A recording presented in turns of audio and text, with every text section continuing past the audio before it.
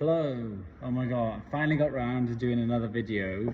Like, this has been on my list for like 2 weeks now. Every day it's like, you need to do a video, you need to do a video update, because like so much has happened, and like I told myself that I'm gonna keep doing these videos like really often, and then I just can't keep up with it. It's just it's a lot. But yeah, literally it's Monday now, the 11th or 12th, whatever day it is, or 13th, 12th, 11th, I don't know.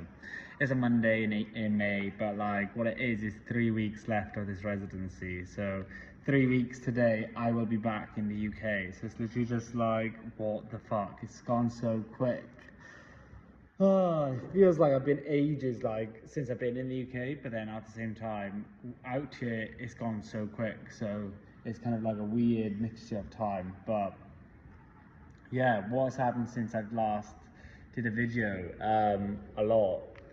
Can't remember what, because like I said in the last video, I don't watch my videos back, so I can't actually remember exactly what the last video was about. But it was setting up for half room exhibition and getting work ready for that, and that was like a last minute push, loads of late nights. But that show has been open now over a week, maybe 2 weeks, I don't know. But really pleased about that, so I'll talk about that. My workshops have now finished, so I had my last glazing workshop, and I did a casting workshop. I don't know if I've spoken about that. But yeah, last glazing workshops were last week, so now it's literally just getting work done for the final show, which is in less than 2 weeks time, so it's literally crazy. But yeah, let's talk about half room first. So exhibition, inaugural Rooted in Thought, in half room.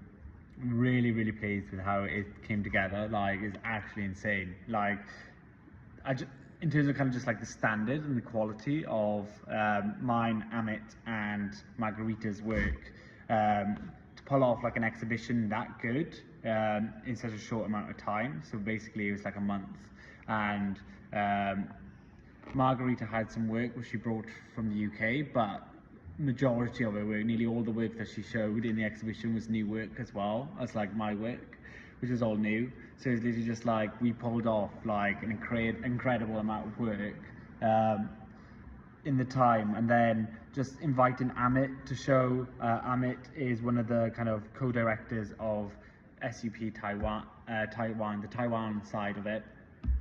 And he's also a sound artist, and just having Amit involved and like collaborating and having him respond to some of the work with a sound piece, just playing with the work in the space, it just made it was just like the cherry on top. Like, it worked amazingly, and it really kind of showed kind of the students a high level of exhibition and kind of like how we curate in the UK. There's like loads of empty space, but then it wasn't empty, like it was breathing space for like the works, and there was just like links between the spaces. It just worked really well. I've still got like loads of photos to upload on my Instagram, but yeah, I showed 2 new pieces of work. One was called Rooted in Thought, after the exhibition title, which was a shoe piece and performance kind of sculpture, where it had some carving in the bottom, and then there was a performative element where you could take the shoes up to the roof and use them as kind of stamps, impressing kind of the work, which was kind of the writing that was engraved into the bottom of the shoes. So I'll talk about that in a bit. But then the other work then as well, Daisy, which was my new ceramic work, which incorporated a response from Amit in terms of a sound piece that played alongside it. So yeah, it was just really good opening. We had a screening event as well for Margarita's animations, because as well as her embroidery work, she does stop motion animations. Really beautiful, and like just another kind of like great added touch to the exhibition. But yeah, I can't describe how well we kind of worked all together in putting the curation. The pieces just worked really beautifully. Like, yeah, it was just, it must have been like luck or something, because like how it worked as good as it did, I don't know, because it was all very last minute again. But then like we all were pushed to try and get it as good as we can, but then it just came together really beautifully. There's a really nice flow to the exhibition. Yeah, just having Margarita's embroidery work, like as soon as you kind of enter the space, just like in front of you, and the first space, it just worked really nice in terms of kind of like an atmosphere vibe. It was really kind of, you could breathe in the space. You had the sound of Amit's work, kind of collaborating with Margarita's embroidery, and I don't think it would have worked if it was like a painter or someone with a different medium. Just like textile embroidery, it just worked really well. So it literally was just perfect. And then moving towards kind of Amit's sound piece, and where you could sit and could be immersed within the sound, was just like really nice. And then like moving then towards more of my work and then Margarita's, it just worked really well. So yeah, we're all just really proud. And then couldn't have done a better job, I don't think. Like literally, for what we've managed to accomplish in such a short amount of time, it was amazing. But yeah, let's just talk about the work. So the first piece, the Rooted in Thought, the shoes, basically just incorporated a lot of the things that I was talking about with kind of like my teaching to the students, and kind of getting them engaged in kind of like the discussions on kind of like what is contemporary sculpture today. It's not or doesn't have to be your kind of traditional taught sculpture of something that occupies space, really grand materials, statuesque. I don't know, your typical kind of like association of what sculpture, like that is very much not what sculpture is today. And it doesn't have to, well, I talked about kind of relationships between sculpture and performance within a kind of workshop that I led with the students.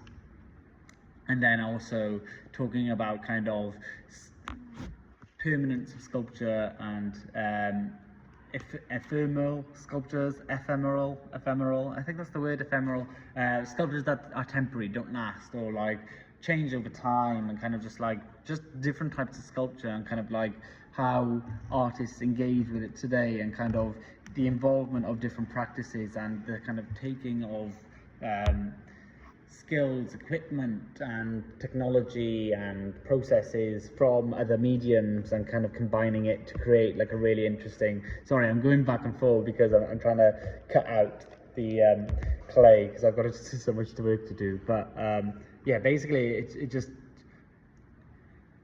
it highlighted those kind of workshops and discussions that I had with the students. So I was like, okay, I want to show them kind of like a contemporary sculptural piece, which isn't kind of traditionally sculptural, but is very sculptural.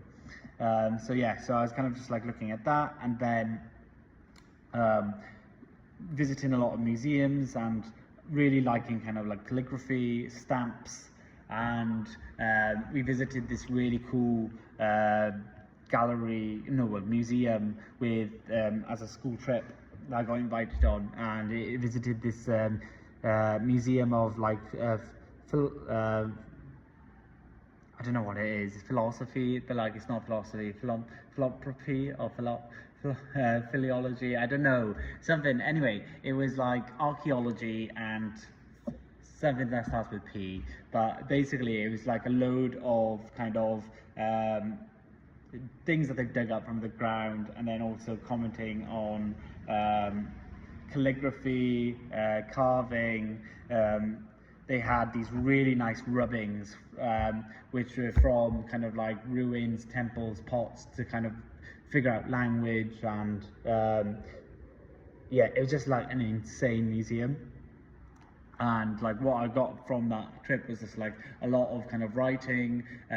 Well, there's a lot of commentary on kind of in terms of like a scholarly context, that you could tell a lot about a person's personality from their style of calligraphy. So kind of the way that they create kind of brush stroke marks, and it's kind of like style, it very much people thought is like a reflection of like the person's personality. So I really liked that essence. And then also the stamps, and kind of like this kind of idea of kind of each person had like their own stamp which is unique to them and their like identity, and just like this idea of kind of identity with kind of calligraphy, stamps, and it just made me kind of think, and I was just like, okay, kind of like, how can I make like a really interesting piece with stamps? Kind of just like, well, stamps is kind of like essentially rubber, isn't it? And then it made me start thinking of trainers and like the bottom of your shoes, and I thought this is like perfect relation, because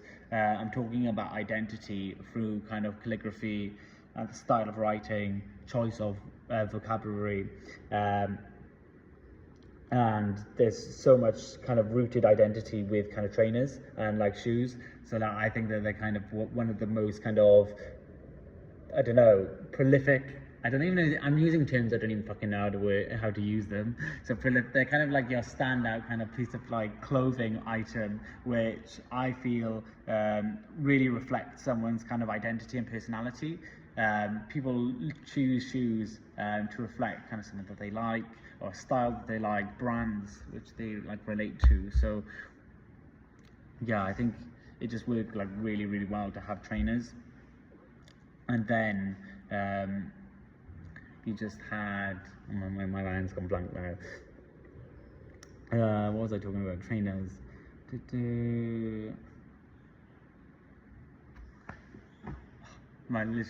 It's because I'm so tired. But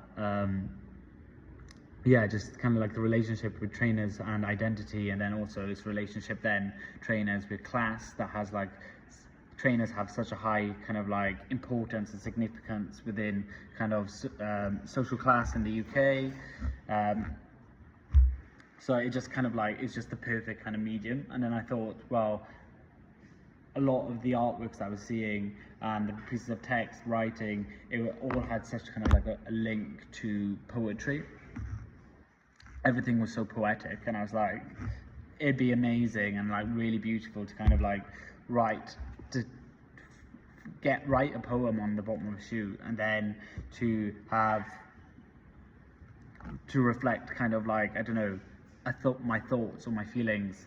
I'd find like a poem and then engrave it into the bottom, use it as a stamp, and kind of like embed that poem and thought, feeling kind of as you're walking, just like treading, because just in terms of kind of like, how do you kind of give presence to a thought, a feeling into existence, and in a really kind of subtle but beautiful way. And it just kind of all kind of clicked together in my head and worked.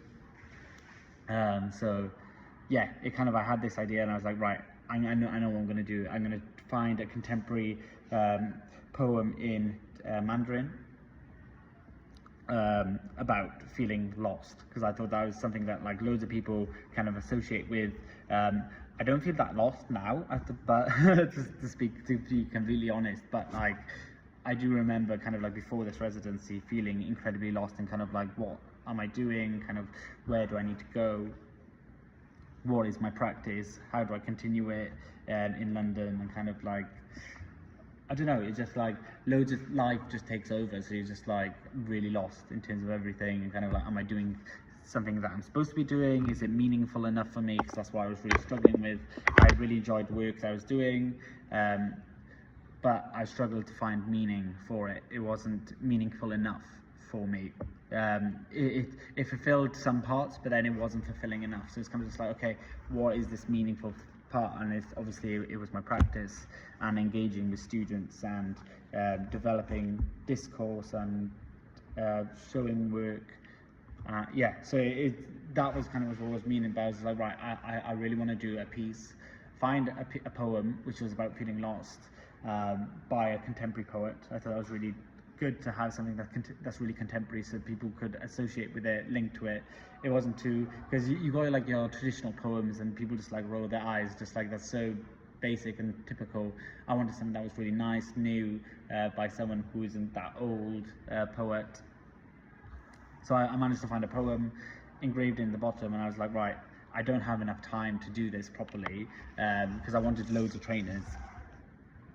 So I was like, oh, perfect idea is to get the students engaged, because there's students who are learning calligraphy. So there's a calligraphy class, and at the moment they're learning how to engrave stamps. So I was just like, this is like the perfect opportunity to get them engaged, and also have them practice, but then also to be able to situate what they're doing within a contemporary practice today and a contemporary form of engraving, stamp engraving, but I don't know, in a really contemporary context, so, and artwork. So I thought this is literally perfect. So I was like, I'm going to get students involved, and yeah, I invited students, basically just did an open call, really like last minute, 2 weeks before the exhibition was opening, explaining that they could either use their own shoes, or I went and sourced a lot of shoes from flea markets, which are really kind of like your cool Adidas, Nike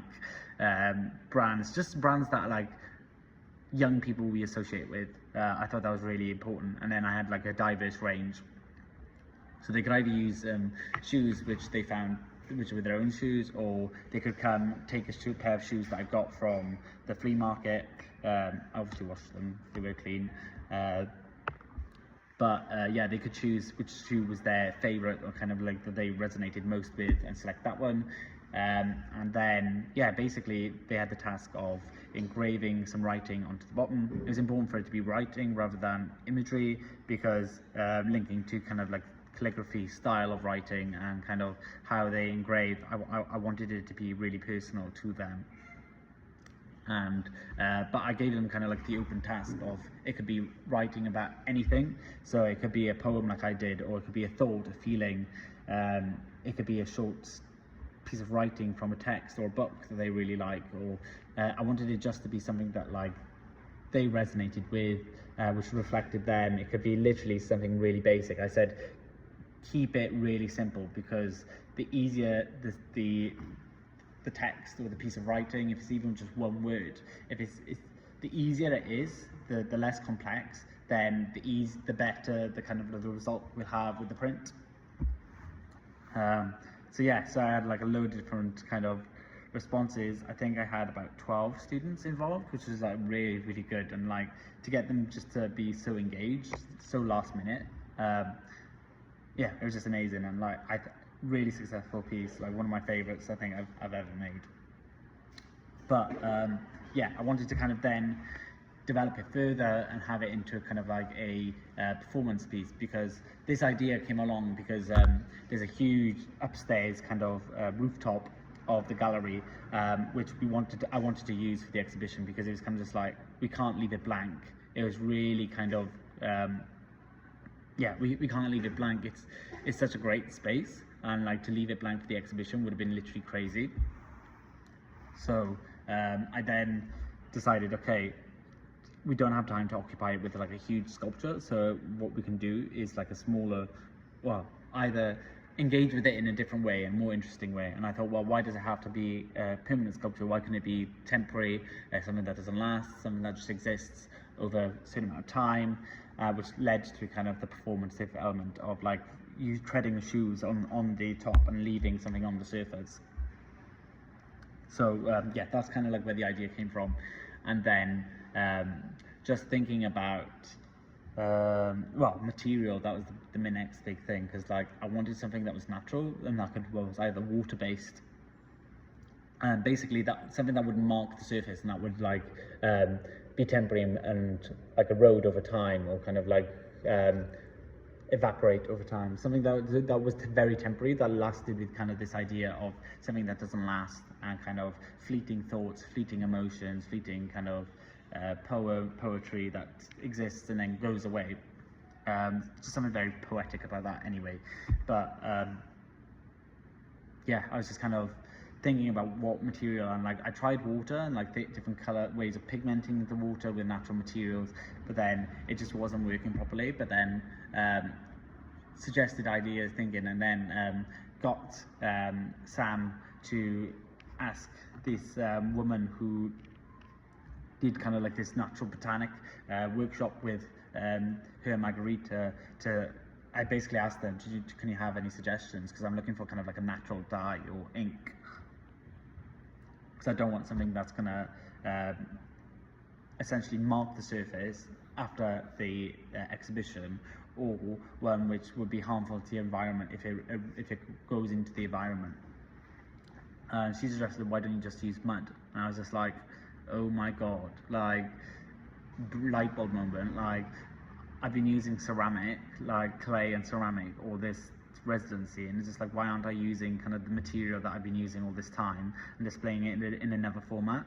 Because I already had the idea for the ceramic piece, Daisy, and then I was just like, why don't I just show two ways of showcasing the same material in two different sculptural forms in the same exhibition? Like, that's genius.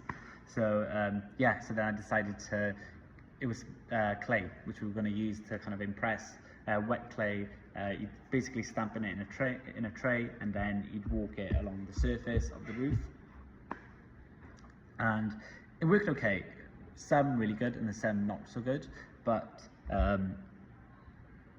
yeah, it's kind of like, I kind of like the idea that it wasn't perfect, because it meant that, like,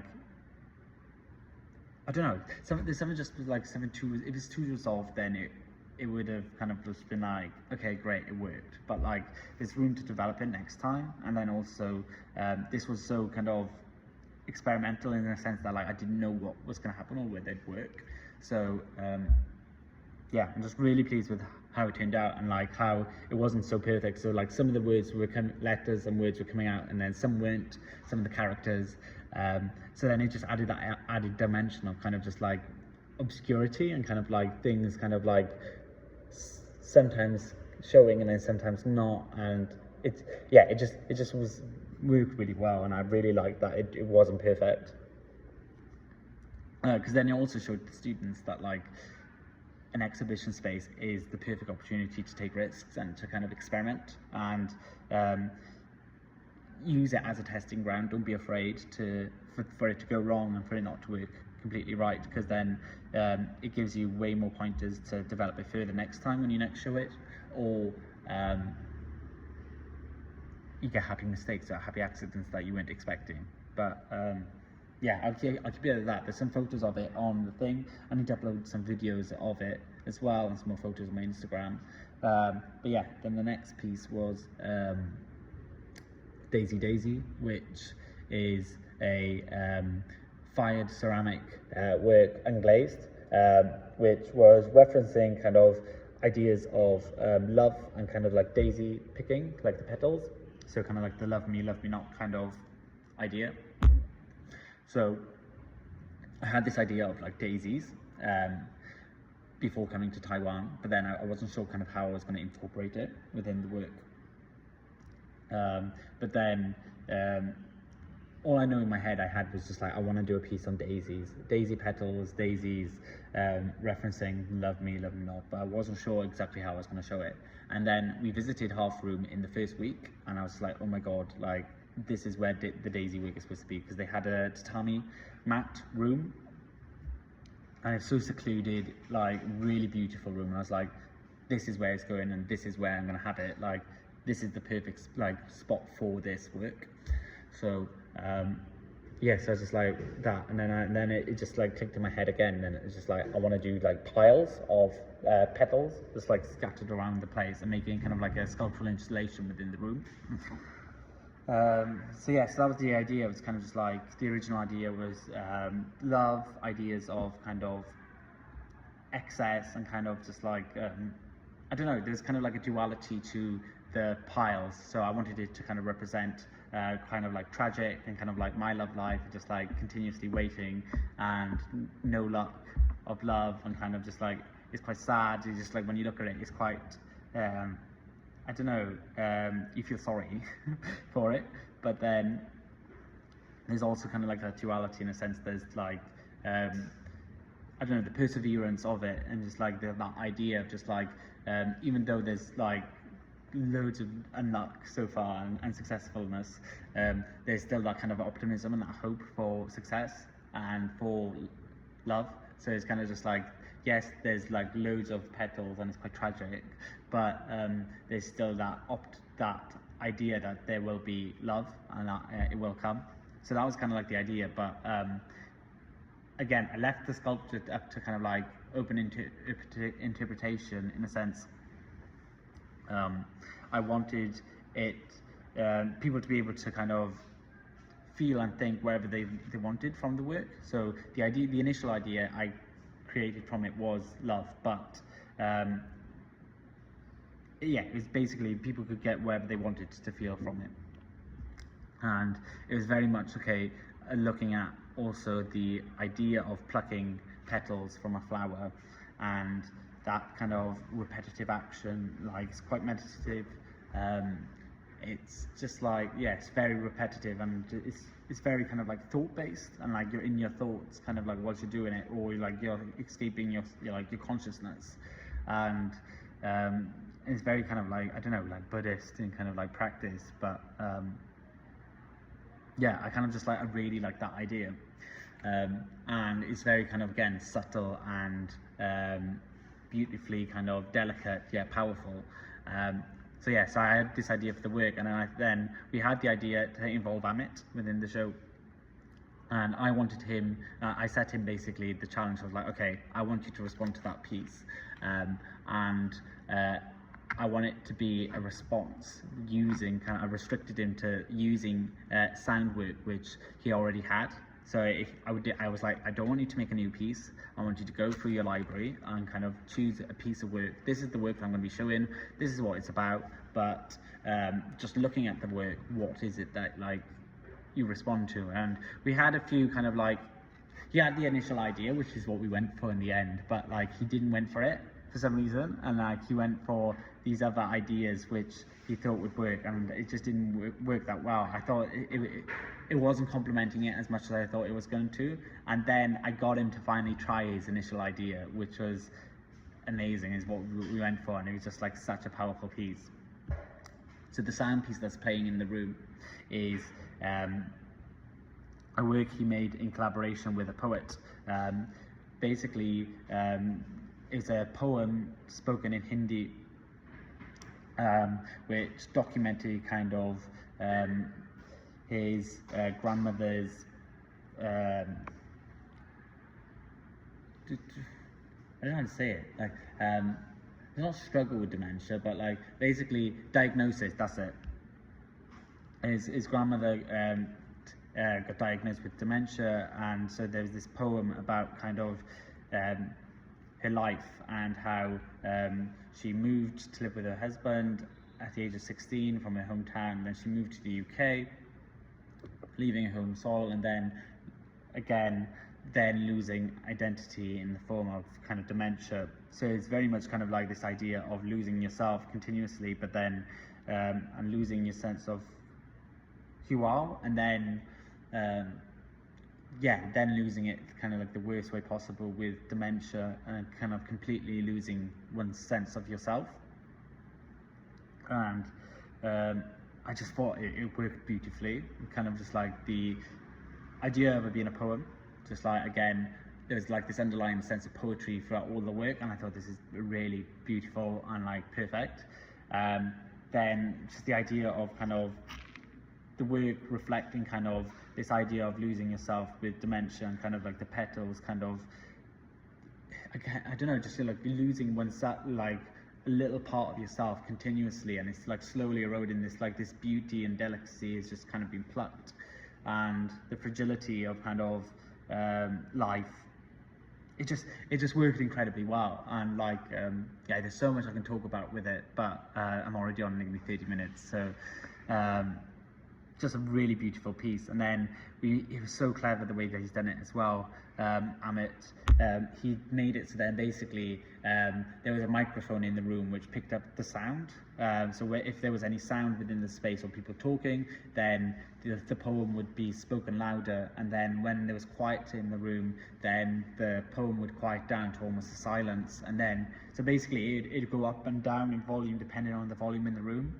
And just that kind of like responsive element was just really beautiful. And yeah, just the poem was just really beautiful as well. And kind of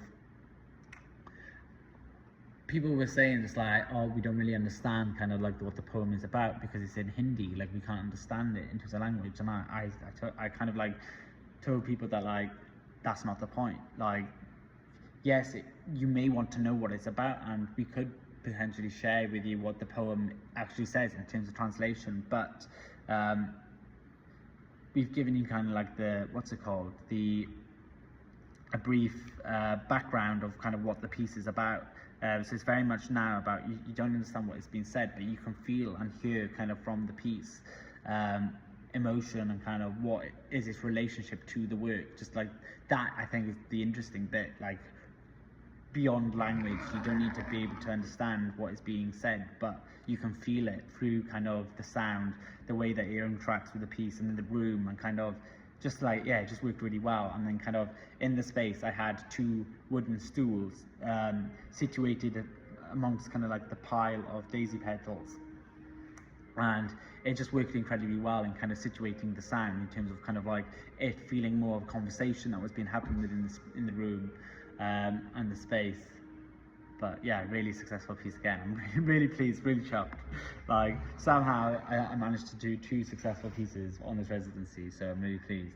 But yeah, okay, I've talked so much about that. Let's move on to like what else has been happening. So we went to Sun Moon Lake the weekend before, which was alright, really beautiful but touristy, no good food places, but it was alright for a break. It was good. I'm glad I went. Then what else have we done? So we had the screening event. I went and visited a really famous ceramic artist in Taiwan, Water Wu, who is basically a pioneer and specialist within wood firing and wood firing kilns and wood firing glazes, ceramic, which I'm really interested in. We weren't able to go because he owns a kiln up in I think it's, I don't want to say the wrong names. I always say the wrong things under pressure, but I think it's Mauli, or whatever it is. Anyway, so he has kind of his own wood firing kiln in that area. We weren't able to go see that because he's injured his arm. But he has another studio which he works in Taichung, which is where he lives. So we went and visited him there. Really great artist, really interesting, and like I really look forward to kind of when I come back to Taiwan to trying to have like a wood firing session with him, because yeah, I think it'd be amazing. So I had that. Then visited yesterday. We went to Taipei because it was our kind of like one of our last Taipei trips before we got to go home. Visited SS Space, which is an artist-run exhibition space run by 2 RCA sculpture alumni, which is like insane. Really nice space, and that's in like Bali, on the edge of Taipei, like over kind of towards the coast area. But yeah, really cool space, really great to kind of like meet Sean and to kind of like discuss kind of like the space and kind of like, yeah, just like how do you run like an artist run space, especially within, yeah, I think he was 2020 cohort, so it's 5 years since graduating, so it's kind of just like to do all that within a short amount of like time is just incredible. So just talking about that, talking about the new exhibition. So hopefully when I come back, I'll be able to kind of properly engage with him. Yeah, just kind of see some more exhibitions that he's got within the space, just because everything is so rushed. But yeah, really good contact, and look forward to hopefully speaking to him and working with him a bit in the future. But yeah, it's just like everything now is just centering towards this final exhibition. Like, I've got so much to do. Oh my god, I've got less than 2 weeks to make everything, and I'm making it all in ceramics. Why have I made it in ceramics? I don't fucking know. Like, oh my god, it's such a rush to do everything. It's a push to do anything like within the time, let alone it in ceramics. But like, I'm literally working towards deadlines, and like I've got to get everything finished, like the main structures today, and there's so much to do. Yeah, just like starting to feel the stress. And loads of like, it's gonna be loads of late nights now this week, because we still got loads of stuff to do. But yeah, optimistic. But kind of like the main things that have been happening kind of over the last few weeks is kind of like gearing together contacts and relationships with people, gallery, art organizing spaces in Taiwan, ready for me to do a residency again next year. So I decided kind of like I really need to do a residency again next year in Taiwan, at least for another 3 months. I'm going to hope for maybe 6, just because I've learned so much on my time here, and there hasn't been enough time to kind of like properly situate it within really good, contextually rich and clever kind of pieces of work. I just haven't had time, just because we've done so much in this 3 months, but I haven't had time to fully kind of like, okay, reflect on my ideas, test it out, think of like what is the best way that I can situate these ideas that I've got. So kind of like the only obvious way to kind of like sort that problem is to do another residency next year. So I'm just kind of like gearing together like potential people that I'm going to contact, and options for residency spaces, and then yeah, basically there's this thing that I didn't even know about, but this is a really good tip for if there's any Welsh people that are watching this. There's government funding from Arts Council Wales, specifically for international residencies, which is each year, and I think they've released kind of like this year's one, well, for next year, for 2025 to 2026. The next round is going to be in September, but you can apply for up to £5,000 to do an international residency. So I'm going to apply for funding for that. They also do this thing where they have relationships with different countries in terms of residencies and extra funds. So this year, I didn't even know about it. It was Year of Japan, and basically it was where Arts Council Wales and the Welsh government, they're looking to promote kind of the relationships of Wales and Japan, and they do every couple of years a different kind of country that they've got relationship with, and they want to encourage Welsh artists and creatives to do residencies in these countries, and then to bring back what they've learnt, just as a way to showcase kind of history, relationships, and also kind of cultural exchange, and to encourage it. But I didn't know about this. I've always wanted to go to Japan, so I'm fucking fuming, because like I could have applied for some grants, because they have specific grants in addition to this international grants. They have for this selected country, they have specific grants on top, like extra money on top, to help people go to these countries specifically. So I could have applied and got some money to go to Japan this year as well. So I'm fuming, but it's fine. I can't be kind of too angry. I'm here in Taiwan on a 3-month residency, so but it's good to know kind of for next time. I'm kind of like, yeah, I'm gonna try and apply for some money, because I know kind of specific places, research and organizations that I'm going to contact for it, so I can put together a really kind of dense and specific and really contextually good proposal now for the grant, because I know so much, and I know specific people that I can get kind of written responses from to kind of support my application. So yeah, fingers crossed I can sort out for next year. But yes, it's just a lot to do, because yeah, getting this last minute, lots of ceramics, and it's got to dry out within a week, and for it to be fired again, there's so much to do, and it's so last minute, and I'm pushing it. I am really pushing it, so it's really stressful. But hopefully we get it all together, and then the exhibition is traveling to the UK, in Manchester and London, promoting kind of the scheme and exchange. So I need to sort out how some things are going to travel, some things aren't, so I'm going to have to remake some things in London. I'm sorting out things with like my jobs in London. I need to find a new place to live again still. It's just, there's a lot going on. So I am feeling really intense at the moment. I'm kind of just like constantly, I've just got a list to do every single day, and it's literally just like a never ending list. It's just more and more things keep getting added to it. But we're in a good kind of place. I think I'll do another video.